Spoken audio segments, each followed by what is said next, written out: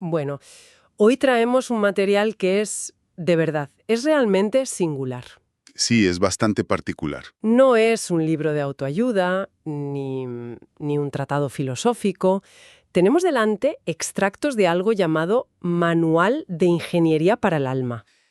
Y no solo eso. Claro, también tenemos el análisis forense que se ha hecho de él. Exacto. Un análisis desde la neurociencia, la cábala, la crítica literaria. Es que es una mezcla. Y el análisis lo describe, y esto es una cita, como un manifiesto operativo de psicoingeniería espiritual. Tela. Un manifiesto operativo. Pues sí. Nuestra misión para los próximos minutos es desgranar esto, entender su diagnóstico de la condición humana y, claro, las soluciones que propone. Vamos a ver qué hay aquí dentro. Vamos a ello. Para empezar, el punto de partida del manual es brutalmente directo. Afirma que el cerebro no está diseñado para la felicidad, sino para la supervivencia. Y eso ya es un cambio de paradigma total. Totalmente. Rechaza de plano la idea de culpa moral, de que estamos rotos o algo así, y lo cambia por un diagnóstico de ingeniería, vamos. Somos hardware evolutivo obsoleto. Me encanta esa definición. Hardware obsoleto. La metáfora que usa es muy potente. Dice que la mente es como una ciudad moderna que está construida sobre ruinas antiguas. O sea, un neocórtex, nuestra parte lógica, El CEO. eso es, el CEO, intentando gestionar un sistema límbico que es, bueno, medieval, y un tronco encefálico reptiliano de hace 500 millones de años. Y esa metáfora es la clave para entender todo lo que viene después. Y lo fascinante es que, aunque suene muy poético, la base neurocientífica que presenta es sólida. A ver, cuéntame. Pues el análisis que manejamos destaca cómo el manual describe el sesgo de negatividad. Es decir, esa tendencia que tenemos todos a fijarnos más en lo malo que en lo bueno. Sí. Lo resume en una frase que a mí me parece demoledora. No somos hijos de los optimistas que se paraban a oler las flores. Somos hijos de los paranoicos que sobrevivieron porque vieron un depredador detrás de cada arbusto. Uf, hijos de los paranoicos. ¡Qué imagen! La verdad es que explica muchas cosas. Pero ¿eso qué significa en el día a día, en nuestro cerebro? Pues significa que nuestra amígdala, que es como el detector de humo del cerebro, es hipersensible por diseño. Está programada para saltar a la mínima señal de amenaza. Vale. Y aquí viene el problema, el que el manual identifica como el núcleo del malestar moderno. Nuestro sistema de alarma no distingue entre un león en la sabana y un correo de tu jefe a las 10 de la noche. Claro. La respuesta biológica, el chute de cortisol, de adrenalina, es prácticamente la misma. Claro, pero es que el león se iba. O te comía, vamos, pero el estrés terminaba. Se acababa el episodio. Exacto. Era un ciclo que se abre y se cierra. Pero el correo del jefe o la notificación de WhatsApp, eso no se va nunca. Ahí está la clave. El manual distingue de forma muy lúcida entre ese estrés agudo del león y el estrés crónico de la vida digital. Este último nos mantiene en un estado de amenaza constante. De bajo nivel, pero constante. Eso es. El manual lo describe como cocernos a fuego lento. Es una inflamación sistémica que nos agota, deteriora la salud y, claro, nos impide sentirnos bien. El diagnóstico es ese. No es que tú estés fallando, es que tu sistema operativo de la edad de piedra no puede con el software del siglo XXI. Entendido el diagnóstico. Hardware obsoleto. Entonces, ¿qué propone para solucionarlo?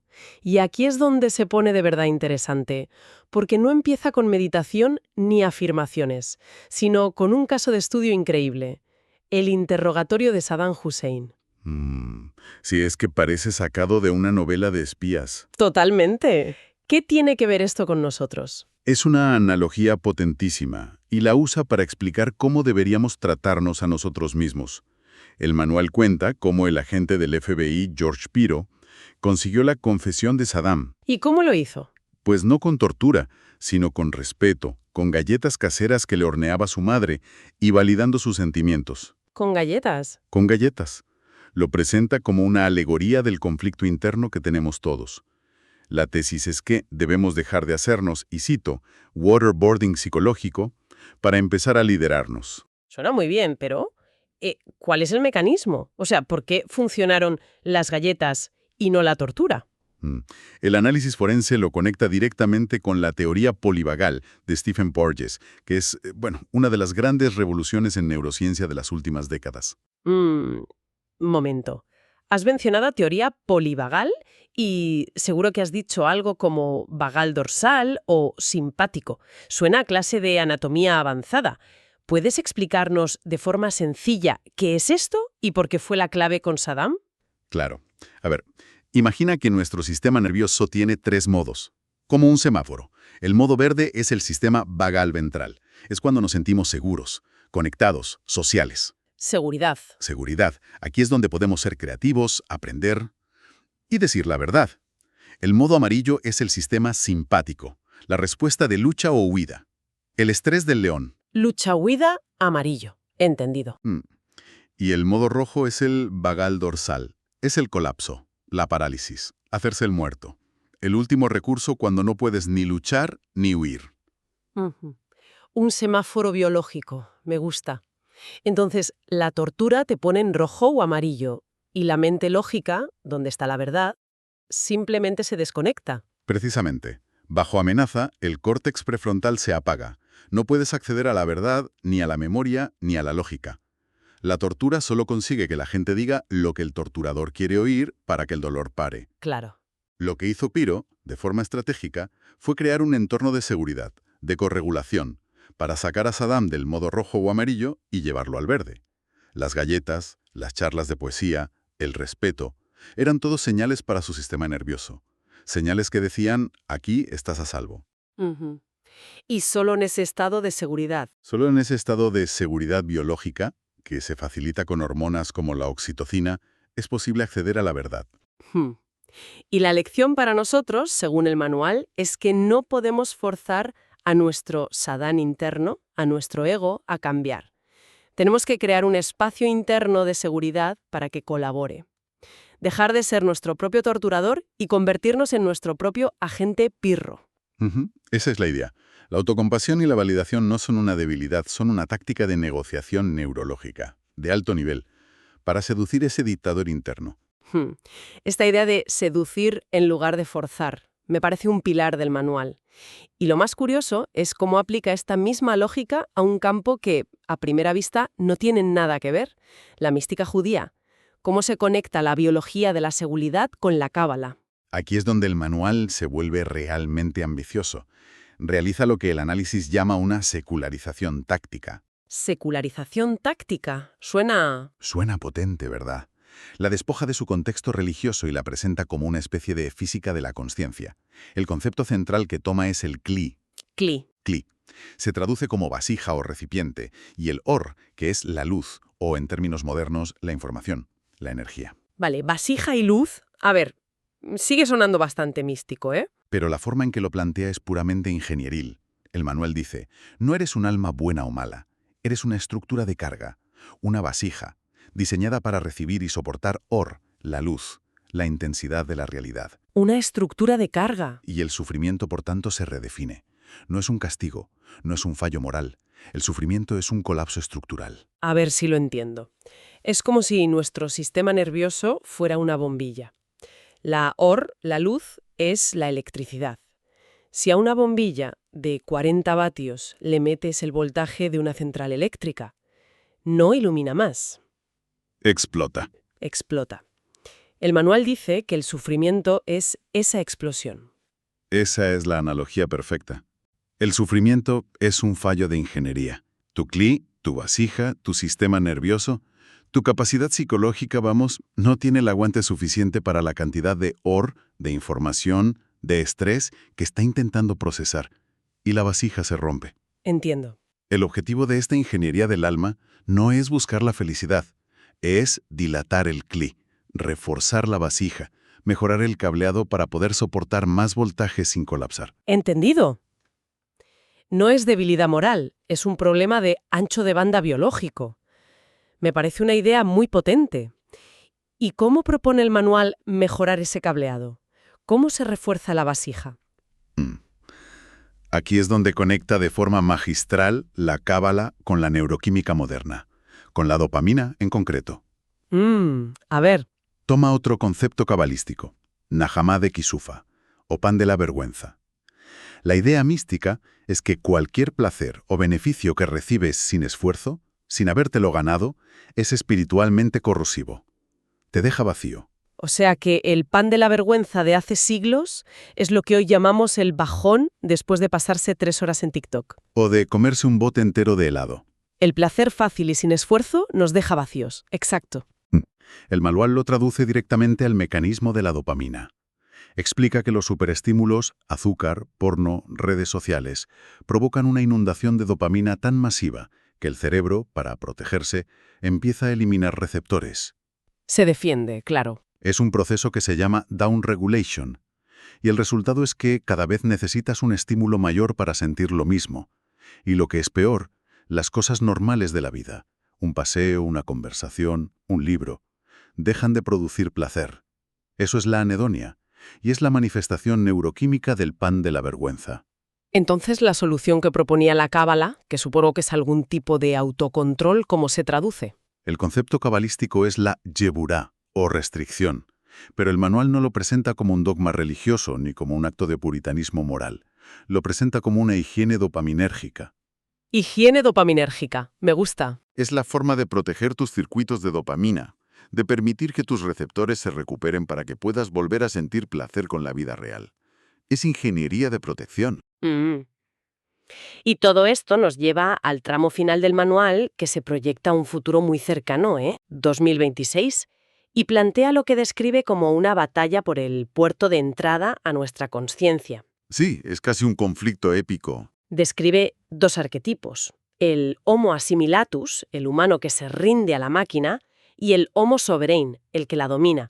Y para ilustrarlo analiza 2 tecnologías reales, Neuralink y el proyecto Gateway. Exacto. Y el lenguaje que usa aquí, el análisis lo califica de cibermisticismo militar. Es muy evocador. La vía de Neuralink, el chip cerebral de Elon Musk, la describe como una ofensiva de fuerza bruta. Vale, Neuralink nos suena más o menos. Pero ¿por qué fuerza bruta? ¿A qué se refiere? ¿Cuál es el peligro que identifica? El peligro, según el manual, está en que Neuralink, en su versión más avanzada, podría darnos permiso de escritura en el cerebro. Right access. La capacidad de insertar o borrar pensamientos e impulsos. Y esto amenaza con anular lo que el neurofisiólogo Benjamin Libet descubrió y llamó el veto consciente. El veto consciente. Suena importante. Lo es. Libet demostró que nuestros impulsos se generan en el inconsciente una fracción de segundo antes de que seamos conscientes de ellos. Pero también descubrió que tenemos una pequeña ventana de unos 200 milisegundos en la que nuestra consciencia puede intervenir y decir no. Un poder de veto. Un poder de veto. Entiendo. Es como si mi cerebro inconsciente propusiera cómete esa tarta y mi yo consciente tuviera una fracción de segundo para vetar la decisión y decir, pues en realidad, no, gracias. Esa es la idea. Y según el manual, esa pequeña ventana es la base de nuestro libre albedrío. Y Neuralink amenaza con eliminar a ese supervisor. Esa es exactamente la preocupación que plantea. Si una máquina puede escribir un impulso directamente en tu cerebro, podría saltarse ese veto. La capacidad de decir no a nuestros propios impulsos es, según el manual, la esencia de nuestra humanidad, de nuestra soberanía. Perderla es el camino del Homo assimilatus. ¿Y si Neuralink es la fuerza bruta? ¿Cuál es la alternativa que plantea? La del proyecto Gateway. ¿Esto suena mucho más misterioso?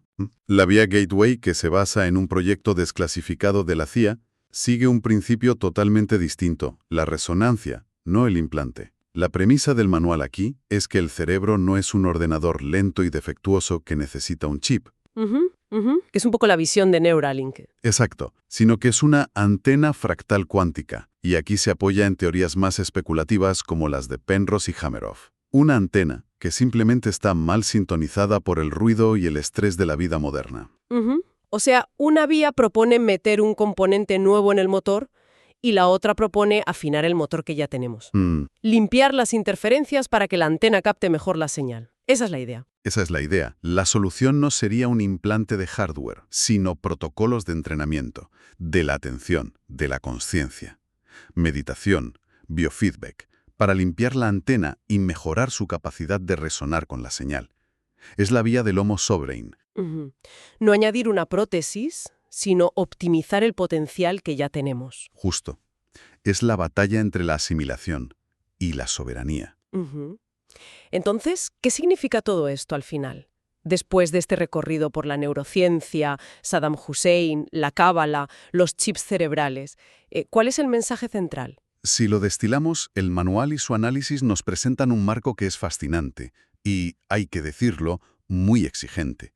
La tesis fundamental es que el sufrimiento humano, en gran medida, es un problema de ingeniería, no un fallo moral. El diagnóstico es que somos un hardware obsoleto intentando ejecutar un software de altísima velocidad, el de la modernidad. Y la solución que propone, si he entendido bien, no es una pastilla mágica, no es una terapia de conversación, sino disciplina e intelecto para dilatar el CLI. Eso es. Es decir, para reforzar nuestra estructura interna, para poder sostener la intensidad de la realidad que viene, sin rompernos. Pasar de ser una víctima de la evolución a un arquitecto de la consciencia. Exacto. Al final, lo que es realmente llamativo es cómo consigue mezclar y encontrar un hilo conductor entre cosas tan dispares.